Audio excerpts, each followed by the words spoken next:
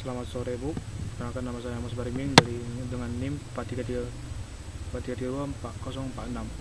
Hari ini saya akan membahas tentang startup atau shutdown test oleh kelompok 16 dengan anggota Kampus Bariming, Teofilo Sombing, Depres Tolo 2000. Berikut adalah daftar isinya, yaitu bab 1 pengertian, kemudian tujuan pengujian, proses pengujian.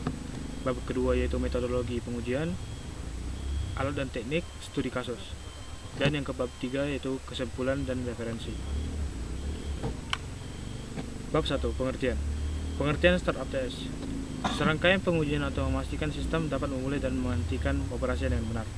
Penting untuk mengidentifikasi masalah yang mungkin muncul selama proses ini.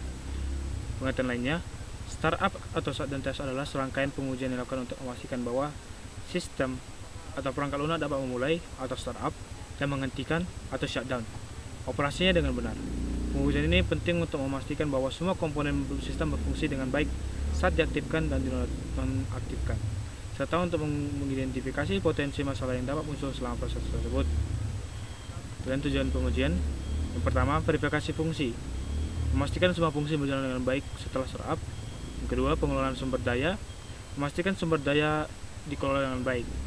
Yang ketiga, deteksi kesalahan, yaitu mengidentifikasi dan mencatat kesalahan. Yang selanjutnya adalah proses pengujian startup test. Yang pertama yaitu menghidupkan sistem dan memantau waktu booting. Kedua, memeriksa log untuk kesalahan. Ketiga, menguji semua fungsi utama. Shutdown test. Yang pertama, mematikan sistem dan mencatat waktu shutdown.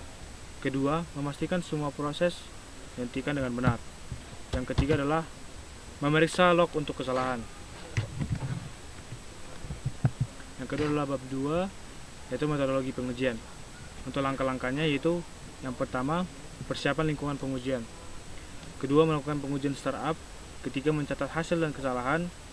Keempat, melakukan pengujian shutdown. Dan kelima, menganalisis hasil dan membuat laporan.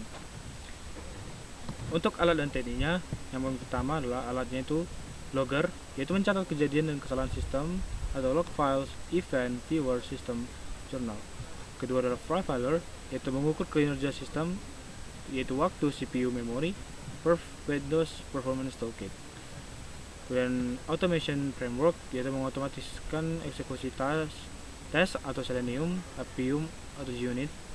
Yang keempat adalah monitoring tools, memantau lalu lintas jaringan atau Wireshark, TCP/DOM. Untuk tekniknya yaitu pengujian skenario, mensimulasikan berbagai skenario atau normal, crash, kegagalan daya. Kedua adalah pengujian beban, di mana menguji dengan beban berbeda, jumlah penggunaan, data, atau lalu lintas. Kemudian yang ketiga adalah pengujian kinerja, yaitu mengukur waktu dan sumber daya. Keempat yaitu adalah pengujian keamanan, yaitu memastikan keamanan sistem. Kelima, pengujian kompatibilitas, menguji berbagai perangkat keras dan perangkat lunak.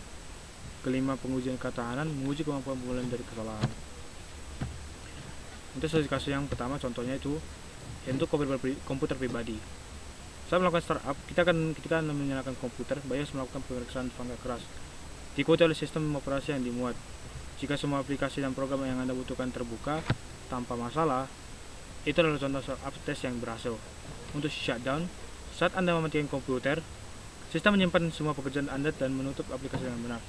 Jika tidak ada data yang hilang dan komputer mati tanpa kesalahan, itu menunjukkan bahwa shutdown test berhasil. Contoh yang kedua yaitu smartphone.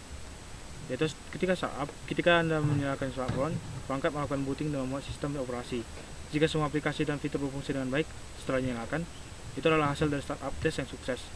Kemudian untuk shutdown, saat Anda mematikan smartphone, semua aplikasi harus ditutup dan data disimpan.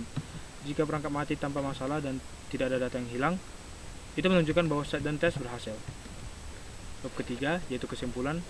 Yang pertama, pentingnya pengujian. Di sini menjamin keandalan dan kinerja sistem, mengurangi risiko kesalahan di lingkungan produksi.